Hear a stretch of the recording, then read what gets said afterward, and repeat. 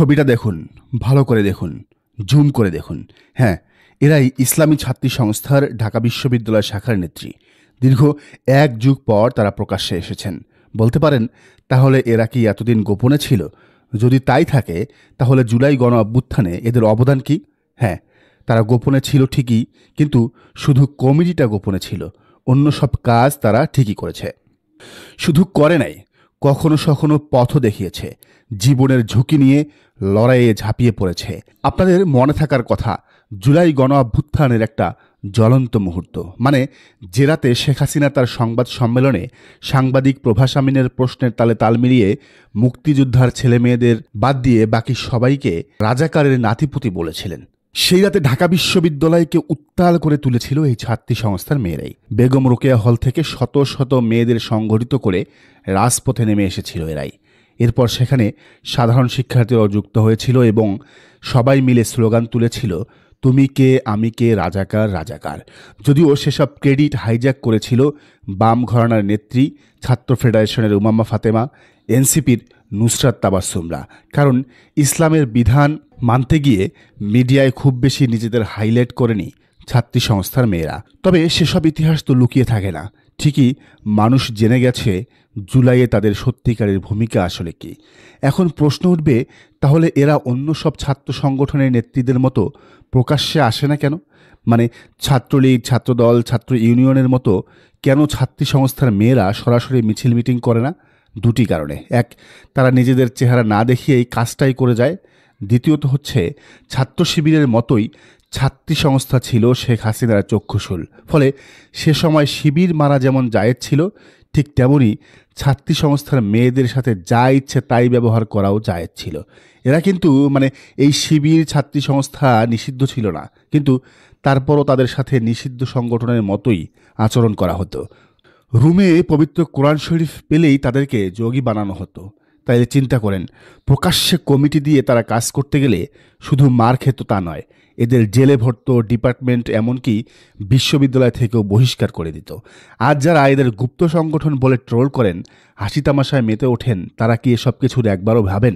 যে ছাত্রদল এত কথা বলে শিবির ছাত্রী সংস্থাকে গুপ্ত বলে, সেই ছাত্রদলের নেত্রী মানসুরা আলমরা তো ঢাকা বিশ্ববিদ্যালয়ে প্রকাশ্যেই থেকেছেন। তাদের গায়ে কেউ ফুলের টোকাও দেয়নি। কিন্তু ছাত্রী সংস্থার বোনদের শুধু সন্দেহের উপরেই গ্রেপ্তার করে জেলে ভরা হয়েছিল। হাজার হাজার ঘটনা ঘটেছে এমন গেল 16 বছরে শেখ হাসিনার শাসনামলে। তখন কিন্তু শাহবাগী বামদের প্রতিবাদও করতে দেখেননি। অথচ চট্টগ্রামের ঘটনায় ঠিকই শিবিরের বিরুদ্ধে গোটা দেশ তোলপাড়। এই তথাকথিত প্রগতিশীলদের কাছে পর্দানশীল নারীরা নারী নয়, নারী কেবল পর্দা ছাড়া নারীরা। ছাত্রী সংস্থায় এত অবদান রাখার পরও চেয়েছে শুধু তাদের কাজটাই করে যেতে, ক্রেডিটের রাজনীতিতে না জড়াতে। কিন্তু যুগ তো বদলেছে। এখন শুধু কাজ করলেই হয় না, ক্ষমতায় যেতে হলে মানুষের জন্য কি করেছেন সেটিও দেখাতে হয়। নিজের ঢল নিজেকেই পিটাইতে হয়। এখন ঢাকা বিশ্ববিদ্যালয়ের ছাত্রী সংস্থায় কী কী কাজ করেছে তা তো জাতির সামনে তুলে ধরা উচিত, মানুষকে জানানো উচিত। নাহলে ক্ষমতার চেয়ারে বসে তাদের দেশ বদলানোর, ক্যাম্পাস বদলানোর দায়িত্ব মানুষ কেন দিবে? তাই কেন্দ্রীয় সিদ্ধান্তেই ছাত্রী সংস্থায় একে একে আত্মপ্রকাশ শুরু করেছে। এর আগে তারা ফেসবুকে পেজ খুলে নিজেদের জানান দিয়েছে। মানুষ অবাক হয়েছে তাদের গ্রাফিক্স ডিজাইনের দক্ষতা দেখে। ফেসবুকে পোস্ট করা পোস্টার দেখেই অনেকেই বলছেন এরা সত্যিই অসাধারণ রুচির মেয়ে, না হলে এত ক্রিয়েটিভ ডিজাইন মাথায় থেকে আসে কি করে? তো ঢাকা বিশ্ববিদ্যালয়ে হঠাৎ গণ অভ্যুত্থানের 8 মাস পর কেন আত্মপ্রকাশ করলো ছাত্রী সংস্থা? ক্যাম্পাস রাজনীতির খোঁজ খবর রাখেন এমন কয়েকজন বিশ্লেষকের সাথে কথা বলে বাংলা কথন পেয়েছে অসাধারণ কিছু তথ্য। সূত্রগুলো বলছে, 28 মে ঐতিহাসিক দিনে, জামাত শিবির কর্তৃক শাহবাগের পতনের দিনে বিশ্ববিদ্যালয়ের উপাচার্য অধ্যাপক নিয়াজ আহমেদ খানকে স্মারকলিপি দেওয়ার মাধ্যমে প্রকাশ্যে আসে ছাত্রী সংস্থা। খেয়াল করেন, এখানে তারা সংবাদ সম্মেলন কিংবা মিছিল মিটিং করে প্রকাশ্যে আসতে পারত, কিন্তু এসেছে শিক্ষার্থীদের দাবি দেওয়া নিয়ে। সেই দাবি দেওয়ার মধ্যে আছে ক্যাম্পাসে নারী শিক্ষার্থীদের নিরাপত্তা জোরদারকরণ, পুষ্টিকর ও স্বাস্থ্যসম্মত খাবারের সহজলভ্যতা, নারী শিক্ষার্থীদের পর্যাপ্ত কমন রুম, নামাজ রুম ও অজুখানার ব্যবস্থা, মাতৃকালীন সময়ে সহযোগিতা, আবাসন সংকট নিরসন, অনাবাসিক শিক্ষার্থীদের জরুরি প্রয়োজনে হলে প্রবেশের অনুমতি, হয়রানিমুক্ত ক্যাম্পাস, হলভিত্তিক মেডিসিনের সুব্যবস্থা। কি চমকে গেলেন? এমন সুনির্দিষ্ট দাবি নিয়ে এর আগে কোনো ছাত্র কিংবা ছাত্রী সংগঠন ভিচির কাছে গেছে? মনে হয় না, গেলেও যাওয়ার জন্য গেছে। কিন্তু কিন্তু ছাত্রী সংস্থা গেছে মন থেকে এবং তারা এগুলোর সত্যিকারের বাস্তবায়ন চায়। চাইলে কি আর হবে? সেজন্য চেয়ার লাগবে না, ক্ষমতা লাগবে না, এই তো বুঝতে পারছেন। ডাকসু, হ্যাঁ, ডাকসু ইলেকশনে শিবিরের পাশাপাশি অংশ নেবে ছাত্রী সংস্থার মেয়েরাও। এটাই হচ্ছে আজকের সবচেয়ে গুরুত্বপূর্ণ নিউজ। এতদিন তো আপনারা ভিপি, জিএস, এজিএস পদের জন্য শিবিরের সাদিক কায়েম, সিবগাতুল্লাহ সিব্বা, এস এম ফরহাদ, মহিউদ্দিন মহিদের নাম শুনেছেন। কিন্তু এখন থেকে আরও কয়েকটি নাম মাথায় নেন। ছাত্রী সংস্থার ঢাকা বিশ্ববিদ্যালয়ের সহনেত্রী সাবিকুন নাহার তামান্না, যিনি বিশ্ববিদ্যালয়ের উদ্ভিদ বিজ্ঞান বিভাগ এবং কবি সুফিয়া কামাল হলের শিক্ষার্থী, আর সাধারণ সম্পাদক মোসাম্মদ আফসানা আক্তার, যিনি ইসলামের ইতিহাস ও সংস্কৃতি বিভাগ এবং বাংলাদেশ কুয়েত মৈত্রী হলের আবাসিক শিক্ষার্থী। তারা দুজনেই 2019-20 শিক্ষাবর্ষের, অর্থাৎ এখনও মাস্টার্স শেষ হয়নি। তো এই দুজনেই কিংবা একজন ডাকসুর বিভিন্ন পদের একটিতে দাঁড়াতে পারেন। এমনও হতে পারে তামান্না কিংবা আফসানার যে কেউ ভিপি কিংবা জিএস পদেও লড়বেন। কেন এমন মনে হলো? এর পেছনে যুক্তি আছে।